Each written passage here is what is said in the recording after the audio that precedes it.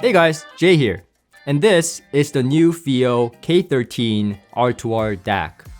And it's gotten really positive reviews all across the board. A lot of reviewers are calling this the new giant killer in the R2R DAC world. And while I do understand a lot of the sentiment that there's too many giants to kill these days, I can see why this one is called a giant killer because it only retails for $320. And if you've been around, you know that R2R DACs usually cost more because they cost more to manufacture.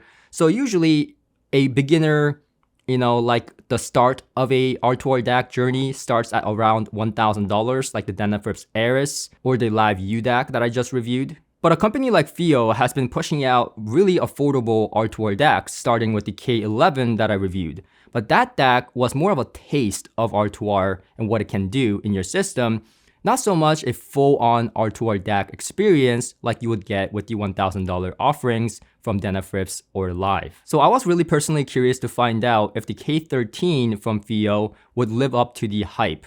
And that's exactly what I did. I got one for myself and I tested it for the last several months to find out, well, is it a true giant killer?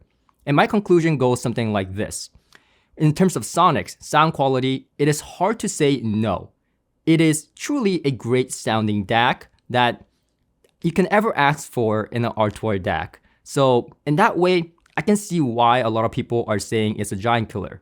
But there are some shortcomings that I did find that is a little bit short of calling this a true giant killer. But let's start with the basics. In terms of the build quality, this thing is built phenomenally for $320. It's all metal chassis, and I will emphasize this. I love the glass top on the top to showcase the R2R DAC network.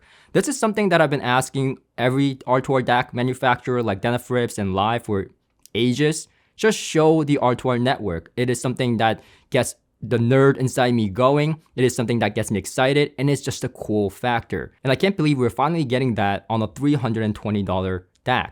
That is definitely a surprise for me. Now, another thing that I find brilliant about this unit that doesn't exist even at the higher end R2R DAC offering is its ability to use external power supplies.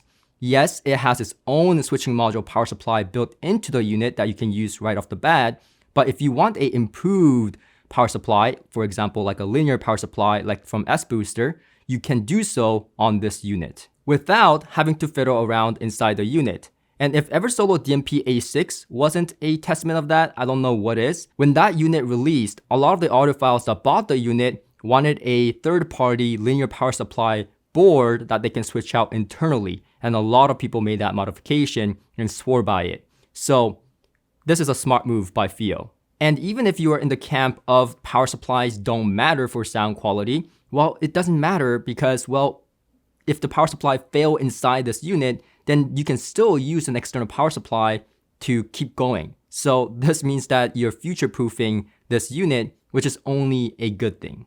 And talking about good things, this unit has plethora of analog outputs. It has 2 sets of RCA and 1 XLR output. But another thing that I appreciate about this unit is that it also is a headphone amplifier. And it's not one of those throw-in headphone amplifiers either. This one's actually really darn good. First of all, it's a powerful enough amplifier in here to drive most headphones. It's 2400 milliwatts into 32 ohms on the 4.4 millimeter balanced headphone output jack. And yes, you heard me right, you get a 4.4 balanced headphone output jack on this, and it's just phenomenal. It does have a 1/4 inch, but I would opt to use the balanced 4.4 if I can all the time. And I guess following the Eversolo's success with the PEQ, this unit also has paramedic EQ, but it only goes through the app, which works well, but really wouldn't be my first choice since I do have to download an app to access this function. But at the same time, it's understandable because this is a small unit with a small screen. It'll be very annoying to, PEQ with the screen provided. So using the app makes a lot of sense here. And again, talking about useful things, I do think it's nice to have that Bluetooth 5.4 at this price point. And of course, I like the fact that this unit comes with a remote.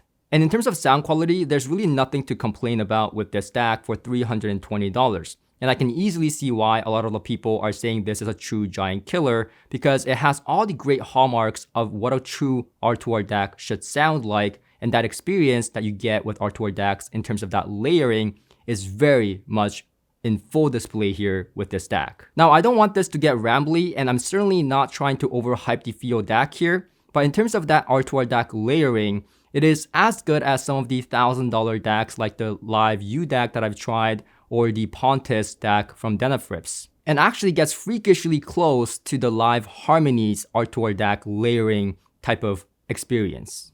And when I talk about layering and you don't know what that means, well, when I say layering with R2R DACs, what I really mean is that when you pluck a guitar, for example, it's not a single note that you hear in the real world. There's harmonics that follow, there's resonances that follow that makes a guitar sound more realistically like a guitar.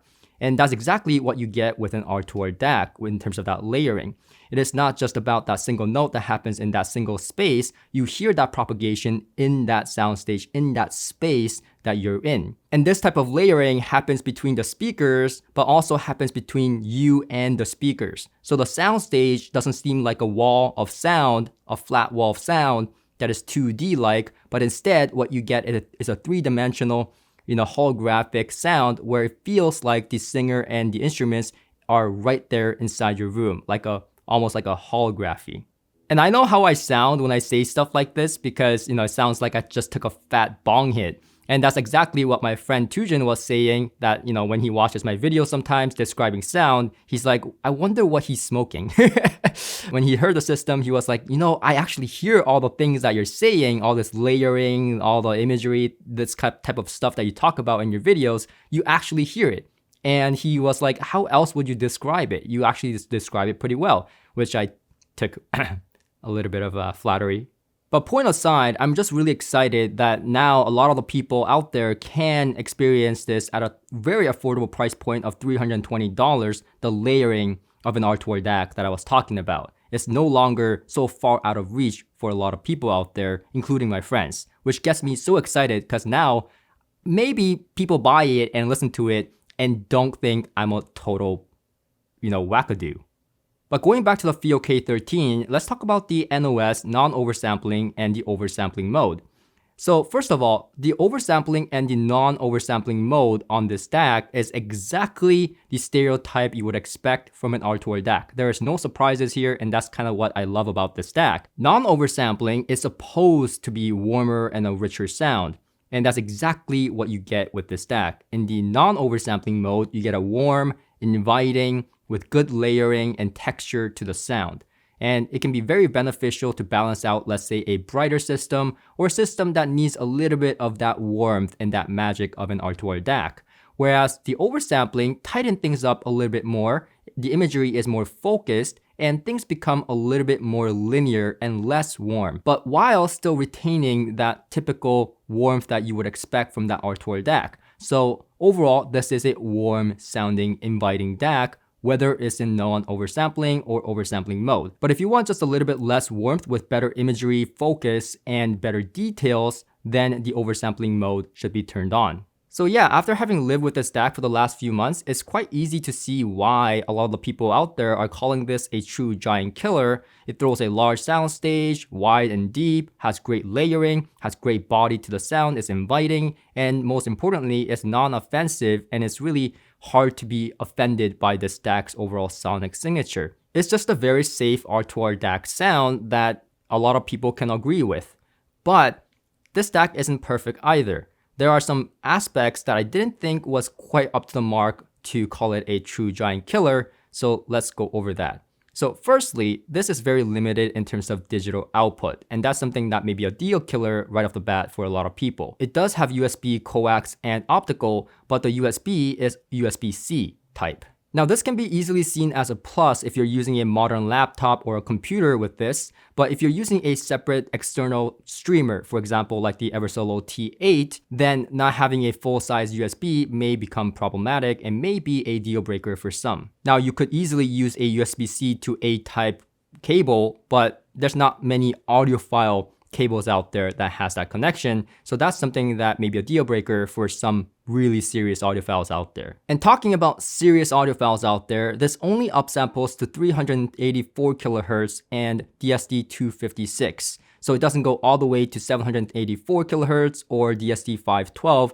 like the CT90 or some of the other units that we've seen, which Again, I say only, but that is pretty darn high resolution, and at that point, I don't really personally see this as a downside, but some people may.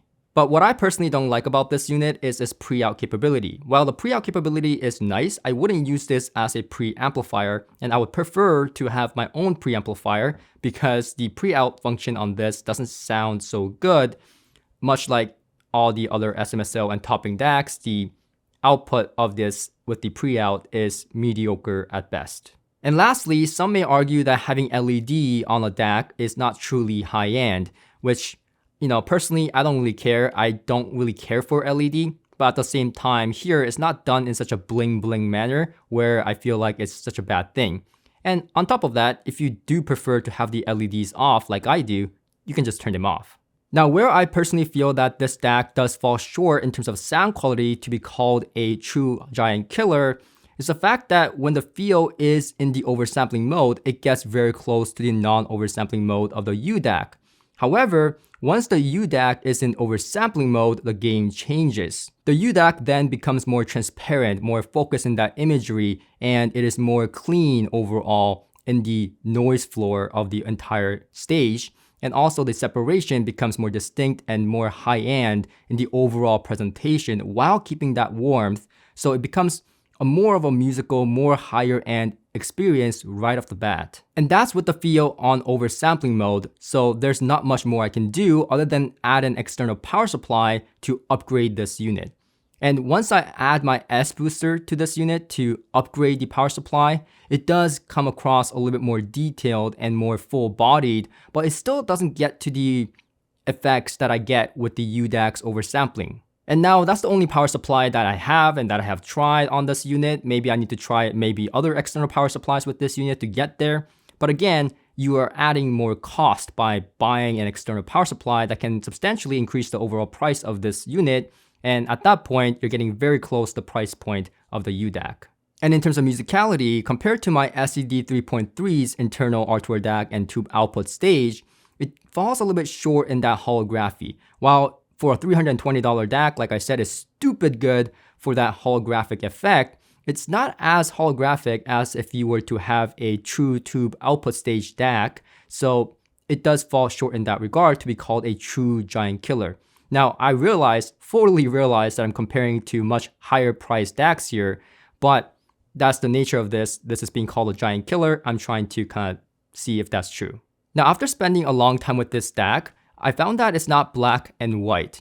While you can call this a giant killer in the sense that it sounds outright better than the topping centrist R2R DAC for $1,000, and I can tell you that right now, this DAC sounds much better than that DAC. And yes, this DAC does hold its own against $1,000, even $2,000 R2R DACs out there, which is very, very impressive.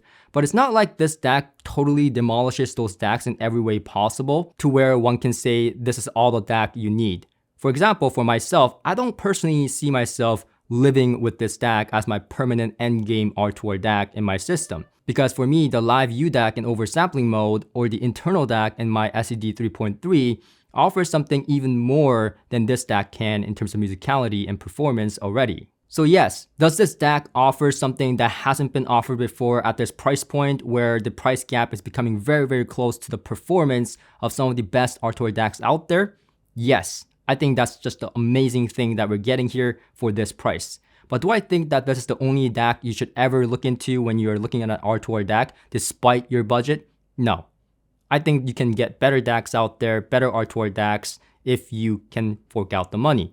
But if you're under budget and you're like, I want to experience an R2R DAC that's really good and can go head to toe with some of the best offerings in the market, in that way, I guess this is a giant killer.